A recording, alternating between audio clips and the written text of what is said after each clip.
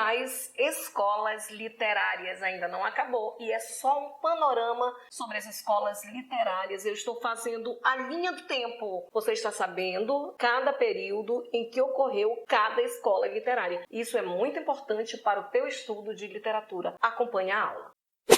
Na aula anterior, eu falei sobre o romantismo. Depois do romantismo, nós temos um período de transição aqui no Brasil com Machado de Assis. Machado de Assis, um grande escritor brasileiro. Você deve conhecer Machado de Assis. Cai em todas as provas. Não existe prova que não peça Machado de Assis. É incrível. É um grande escritor. Machado de Assis, ele tem obras românticas e tem obras realistas. Nós temos aqui no romantismo um período teocêntrico, era regido pelas emoções, havia aquele desespero, melodrama, toda a ideia de uma religiosidade, de uma fé, de uma volta ao passado lá no romantismo. Machado de Assis, ele sai justamente deste período, se bem que Machado de Assis nunca foi totalmente romantista, nem totalmente realista, ele é bem atípico, bem diferente, mas ele inaugura o realismo no Brasil. E com a obra realista, a primeira obra aqui no Brasil foi Memórias Póstumas de Brás Cubas, em 1881.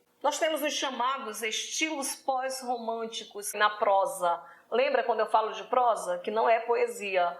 Nós temos realismo, naturalismo, e na poesia, parnasianismo e simbolismo. O realismo e o naturalismo na prosa nascem ali em meio ao cientificismo, as ciências da época como positivismo, determinismo, evolucionismo, a psicanálise e o marxismo. É uma época ali da segunda revolução industrial, em que o homem é massacrado pelo capitalismo. Nós temos vários autores como Marx que vão lutar contra o capitalismo e várias ciências que também vão analisar este homem em sociedade. Nós temos no realismo um tipo de defesa de romance que mostra exatamente uma leitura desta sociedade de acordo com algumas ciências, principalmente o positivismo, o marxismo, mas o realismo ele fica até determinado ponto. Cabe ao naturalismo escancarar toda a realidade do homem. O naturalismo é como se pegasse esse homem que está sendo questão agora, está sendo a visão dos teóricos da época, dos autores da época, e coloca à luz de um microscópio e passa a analisar todas as mazelas sociais que rodeiam este homem. Existe muito do determinismo.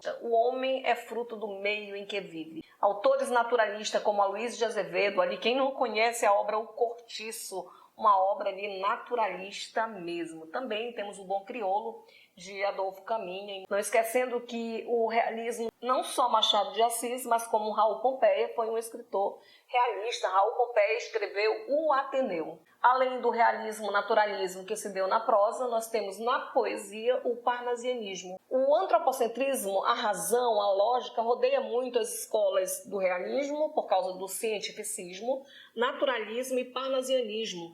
Parnasianismo é a arte pela arte. É uma poesia seca de emoção, seca de conteúdo. Pelo menos era para ser. Porque o que importa para o poeta parnasiano é estruturar a poesia. É o trabalho da versificação. O parnasianismo volta às ideias lá do Parnaso, na Grécia Antiga, e tira lá os seus ideais para compor a sua poesia. 3 autores aqui no Brasil foram Alberto de Oliveira, Raimundo Correia e Olavo Bilac. Olavo Bilac foi o queridinho do Brasil durante muito tempo. O simbolismo é uma poesia mais subjetiva, mais voltada para o eu.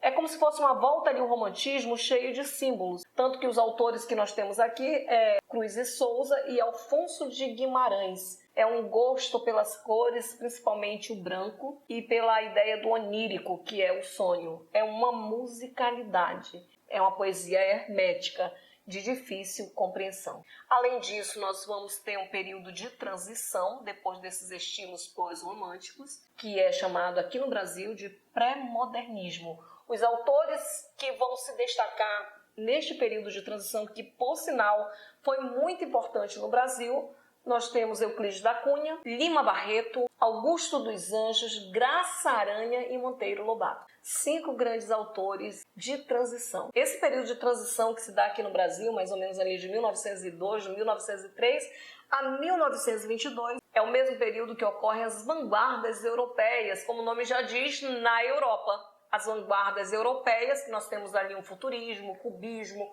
dadaísmo, expressionismo e surrealismo. Pelo menos essas 5 vanguardas bem famosas, que nós vamos ter muito delas aqui no Brasil, com o modernismo, a primeira fase do modernismo. O modernismo brasileiro ele inicia a partir de 1922, com a Semana de Arte Moderna. Os nossos autores, Oswald de Andrade, Anita Malfatti e muitos outros, influenciados pelas vanguardas europeias, trazem a novidade para o Brasil, que na época não foi bem recebido. Nós temos um período heróico, um período de ruptura, porque eles querem atualizar a literatura. A literatura era muito academicista, ou seja, voltada para aqueles períodos anteriores, principalmente bebia ali nos poemas de Olavo Bilac. Cabe justamente a Oswald de Andrade, Manuel Bandeira, Mário de Andrade, Raul Volpi, Ronald de Carvalho e tantos outros modernistas da primeira fase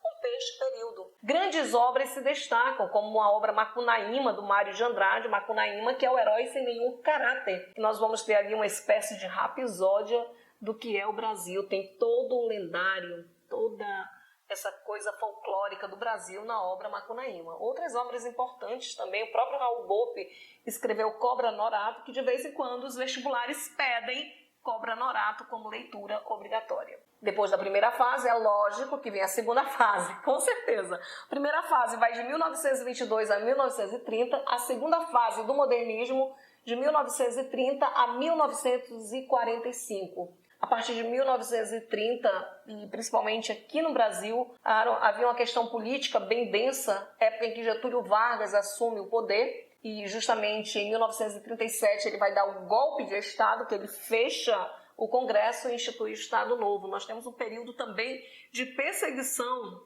para os escritores. O foco que antes era Rio de Janeiro e São Paulo, principalmente São Paulo, o foco da Semana de Arte Moderna passa a ser a visão para os autores do Nordeste e do Sul. Do Sul nós temos o Érico Veríssimo, que ele vai escrever grandes obras como O Tempo e o Vento, uma trilogia maravilhosa. Ele vai também escrever Incidentes em Antares, o Ciclo de Clarissa, vários livros que ele escreve em torno do nome Clarissa. Érico Veríssimo é um historiador na literatura. Mas também outros nomes do Nordeste, como Graciliano Ramos, nossa, escreveu Vidas Secas. Gente, lindíssimo livro, Vidas Secas. Graciliano Ramos é único, é incrível. Mas escreveu São Bernardo, que eu também gosto muito da obra São Bernardo. Escreveu Alexandre e Outros Heróis, A Terra dos Meninos Pelados, As Memórias do Cárcere, o tempo em que o Graciliano Ramos passou preso, sem ter nem porquê. Foi preso simplesmente pela ditadura ali de Getúlio Vargas. Também foi a época de Jorge Amado. Nossa, grandes livros de Jorge Amado, da Bahia. Raquel de Queiroz, o livro 15 é um livro maravilhoso. Não só os prosadores, lembrem-se, prosa diferente de poesia. Prosa é escrito em parágrafos. Mas grandes poetas, Carlos Drummond de Andrade, Vinícius de Moraes, Cecília Meirelles, Murilo Mendes, Jorge de Lima. Foi uma época muito incrível no Brasil, porque era uma época de perseguição. Grandes temas sociais saem a partir daí desses escritores. A partir de 1945, nós temos a terceira fase do modernismo e também a partir daí nós temos o que nós conhecemos por literatura contemporânea. 1945 é a vez ali do Guimarães Rosa, Clarice Lispector, João Cabral de Melo Neto na poesia. João Cabral de Melo Neto, grande poeta, ele vai ser uma ponte entre a poesia que se construía na década de 1930 com a poesia concreta que virá depois. O João Cabral de Melo Neto, ele é um construtivista. Era chamado poeta sem coração, porque ele dizia que qualquer coisa servia para fazer poesia. E nas décadas depois disso, 1960, 70, 80, 81, grandes autores surgiram a partir daí, que é chamada a época da literatura contemporânea. Eu fiz até aqui, nessas aulas, uma linha do tempo sobre as escolas literárias. Agora é importante você estudar cada escola. Já postei aulas sobre a Antiguidade Clássica, o épico, o lírico e o dramático.